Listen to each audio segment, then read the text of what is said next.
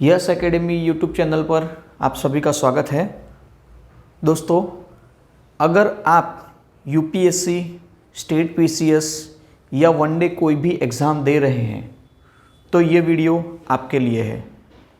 अगर आप हिस्ट्री, इतिहास की शुरुआत करना चाहते हैं कि कहाँ से हम तैयारी करें तो ये वीडियो आपके लिए काम के लिए है, जिसमें आज हमने शुरुआत की है वेदों से। प्राचीन इतिहास, जो प्राचीन हिस्ट्री है उसकी शुरुआत करने जा रहे हो, जिसका फर्स्ट लेक्चर ये है। और लेक्चर में फर्स्ट क्या लिया गया है? वेद। तो वेदों के बारे में हमें पहले ध्यान से पढ़ना है। तो स्टार्ट करते हैं कि वेदों का अर्थ क्या है। तो वेदों का अर्थ है ज्ञान प्राप्त करना, जानना, कुछ इन्फॉर्मेशन कलेक्ट करना। ठीक है, एक सादी और सिंपल भाषा में आपको ये समझाने की कोशिश करेंगे हम कि वेद क्या चीज़ है। ठीक है, तो देखो कितने वेद हैं? कुल हमारे 4 वेद हैं। ऋग्वेद, यजुर्वेद, सामवेद, अथर्ववेद। ठीक है, ऋग्वेद, यजुर्वेद, सामवेद, अथर्ववेद, ये हमें नॉर्मल याद होने चाहिए। और शुरुआत करेंगे हम ऋग्वेद से कि ऋग्वेद में कहाँ कहाँ से क्वेश्चन बनते हैं। आपके सामने ऋग्वेद के बारे में जितना भी लिखा है, इसके बाहर का एक भी क्वेश्चन नहीं होगा। ठीक है दोस्तों, तो ऋग्वेद को ऋचा शब्द से बनाया गया है। किससे बनाया गया है? ऋचा। ऋग्वेद को ऋचा शब्द से बनाया गया है। ठीक है, जो कब ऋग्वेद कब का काल है? तो 1500 से 1000 बीसी के समय काल दर्शाया गया है इसमें। ठीक है, पूर्व वैदिक काल के एकमात्र स्रोत है। किसका है? पूर्व वैदिक काल का एकमात्र स्रोत यही है। कौन सा? ऋग्वेद। आगे इसमें ऋग्वेद में क्या देखने को मिलता है आपको? ऋग्वेद में कि लोग स्थायी नहीं थे, एक जगह से दूसरी जगह घूमने वाले व्यक्ति थे। मतलब कि तब एक परिवार की तरह नहीं रहते थे, एक जगह स्थायी नहीं थे, भोजन की तलाश में यहाँ से वहाँ भटकते रहते थे। मतलब कोई उस समय में खेती की व्यवस्था नहीं थी, घरों की व्यवस्था नहीं थी। जहाँ पे खाना मिला, जैसे जंगलों में जैसे रहते हैं उसी तरह का उनका था। तो लोग स्थायी नहीं थे, एक जगह से दूसरी जगह घूमने वाले व्यक्ति थे। इनमें देवी देवताओं के प्रार्थना, क्या लिखा है? देवी देवताओं के प्रार्थना के संदर्भ में मंत्र हैं। ऋग्वेद में देवी देवता, जितने भी देवी देवता हैं उनके बारे में प्रार्थना के संदर्भ में मंत्र दिए गए हैं। कुल, ये कई बार सवाल पूछा जा चुका है, कुल 10 भाग अथवा मंडल में बटा हुआ है। ऋग्वेद 10 भाग अथवा 10 मंडलों में बटा हुआ है, जिसमें से पहला और 10वां सबसे बाद में जुड़े हैं। सबसे बाद में तो लास्ट में जुड़े हैं। क्या बोला जा रहा है? सबसे बाद में जुड़े हैं। जबकि 2 से लेके 7 को वंश मंडल या हृदय मंडल कहा जाता है। ये समझिए कि 2 से लेके 9 नंबर तक के जितने भी मंडल हैं उन सबको पहले से जोड़ दिया गया था। लास्ट में सबसे आखिरी में पहला वाला और 10वां वाला मंडल जोड़ा गया था। ये आप याद रखिएगा, सबसे पहले बना था। ठीक है, तो याद रखना है कि कुल 10 भागों में बटा है ऋग्वेद, जिसमें पहला और आखिरी 10वां ये सबसे लास्ट में जुड़ा है, और दूसरा और 7वां 2 से लेकर 7 तक के मंडल को वंश मंडल या हृदय मंडल कहा जाता है। आपके सामने ये कुल 2 से लेकर 9 तक के मंडल लिखे हुए हैं। ये 2 से लेकर 9 तक के जो मंडल हैं कभी ना कभी पूछे जाते हैं, जिनमें से दूसरा, तीसरा और 9th, ये 3 मंडल के नाम पूछ लिए जा चुके हैं परीक्षा में। ठीक है, तो ये आपके सामने 2 से लेकर 9 तक नंबर है। गुत्समन, फिर विश्वामित्र, गायत्री मंत्र, वामदेव, अत्रि, भरद्वाज ऋषि, वशिष्ठ मुनि, फिर अगिरथ, सोम, 9वां।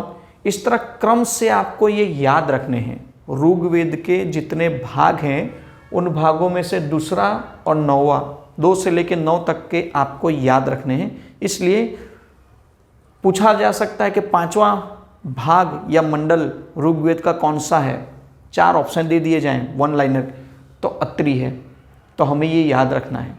उसके बाद में मंत्रों की संख्या कितनी है, कई बार सवाल पूछा जा चुका है, कई बार, कि मंत्रों की संख्या कितनी है। तो मंत्रों की संख्या कितनी है, 10,500। आपको सवाल भी उसमें भी क्या लिखा है, लगभग, अप्रॉक्स 10,500। सूक्त, पैराग्राफ, सूक्त मतलब पैराग्राफ जो होते हैं, पैराग्राफ को सूक्त बोला जाता है। तो सूक्त अथवा पैराग्राफ कितने हैं, 1028।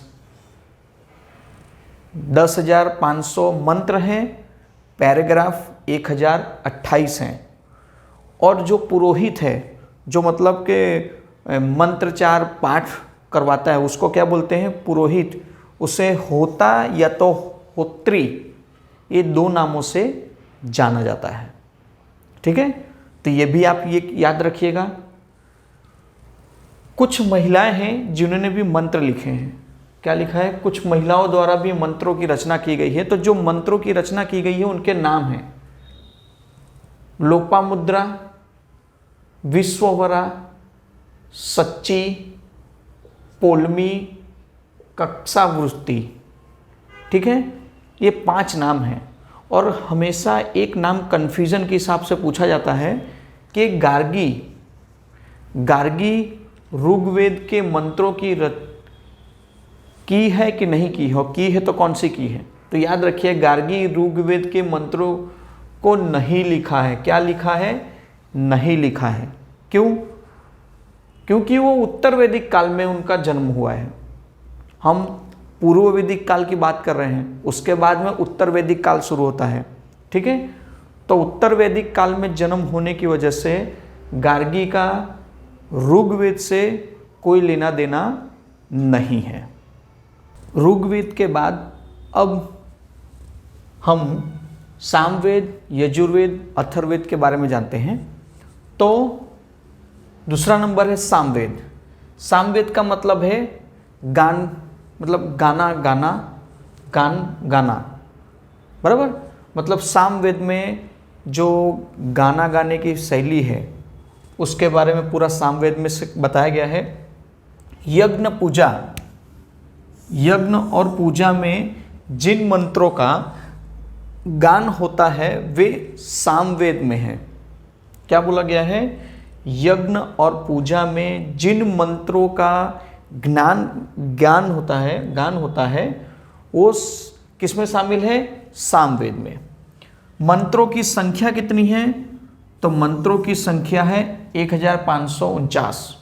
मंत्रों की संख्या 1549 है, जिसमें से 78 नए मंत्र हैं।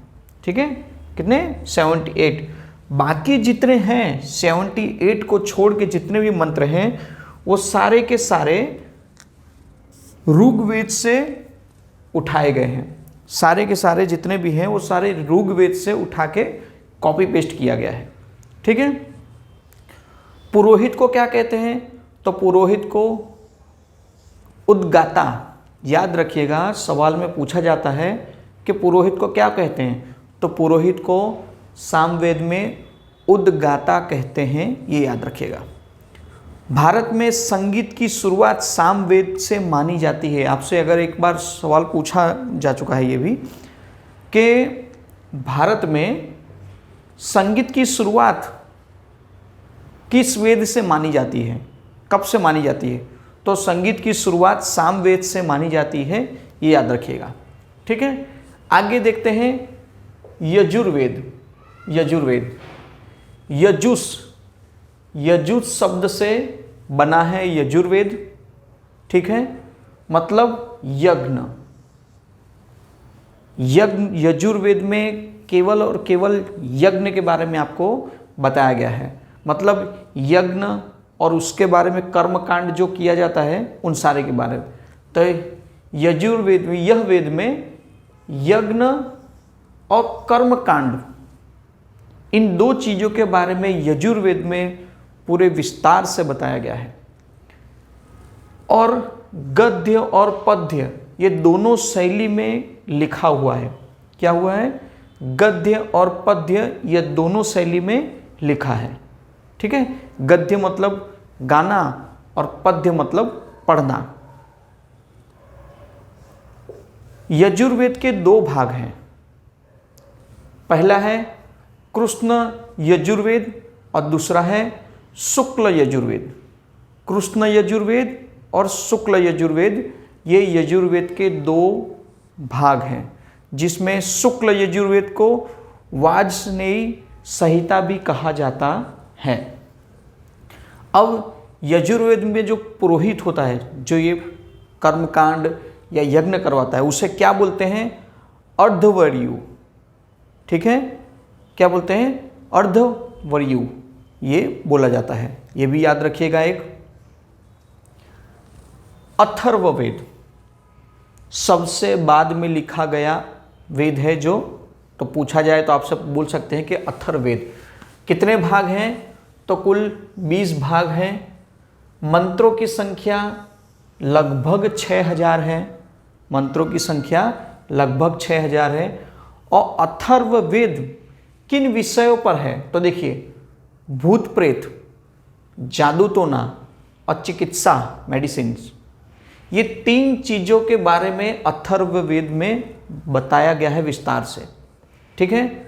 अथर्ववेद वेद त्रयी में शामिल नहीं है। क्या बोला जाए? वेद त्रयी मतलब कि ये होता है कि ऋग्वेद, यजुर्वेद और सामवेद, ये तीनों में अथर्ववेद अलग है, इन तीनों में शामिल नहीं है। तो पूछा जा सकता है कि वेद त्रयी में कौन शामिल नहीं है? तो वेद त्रयी में अथर्ववेद शामिल नहीं है, क्योंकि कुल 4 वेद हैं, जिसमें से अथर्ववेद पूरा अलग है। किन चीज़ों का विषय है इसमें? भूत प्रेत के बारे में है, जादू टोना और चिकित्सा, ये 3 चीज़ों के विषय के बारे में अथर्ववेद में जानकारी है। पुरोहित को क्या बोलते हैं?